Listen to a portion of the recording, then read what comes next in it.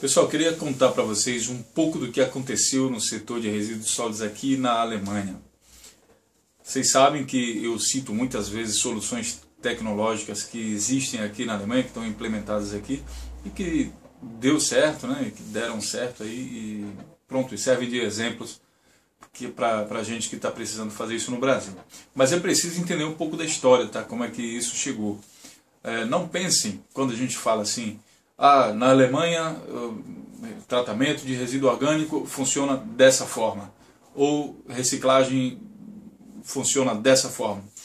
A cidade ela tem uma coleta seletiva que funciona dessa forma. Não é bem assim não, tá?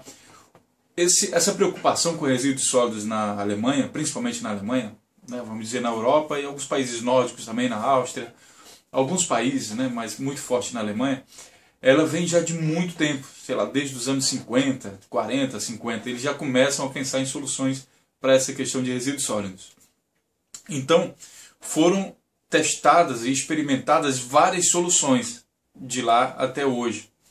E, por exemplo, uma das soluções que foi apresentada, que no tempo que foi apresentada foi muito interessante, nos anos 60, 70, até 80 mesmo, foram os incineradores, as usinas de queima de lixo. Naquele tempo, com aquela concepção que se tinha de meio ambiente, aquilo ali era uma solução linda, maravilhosa, era ideal. Hoje em dia essa concepção mudou. Só que as centrais já estão construídas e foram gastos ali 150 milhões de euros numa solução dessa, num incinerador grande.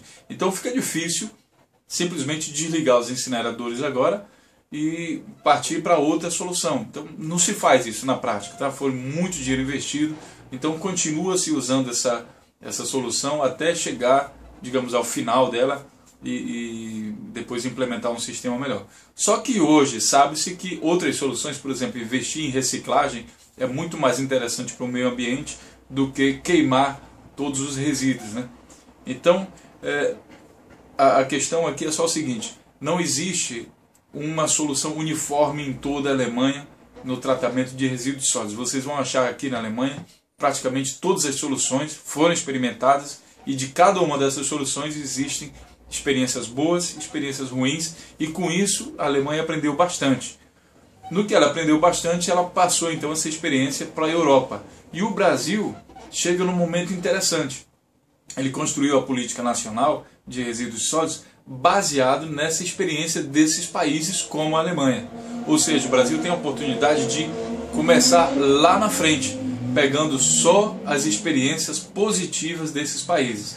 Por isso, para a gente, para o Brasil, é muito interessante observar o que foi feito nesses países, né, as soluções que foram construídas, e analisar cada uma delas, os impactos positivos e negativos, e como é que isso se desenvolveu nas cidades, porque também as soluções se desenvolveram em diferentes cidades de formas diferentes.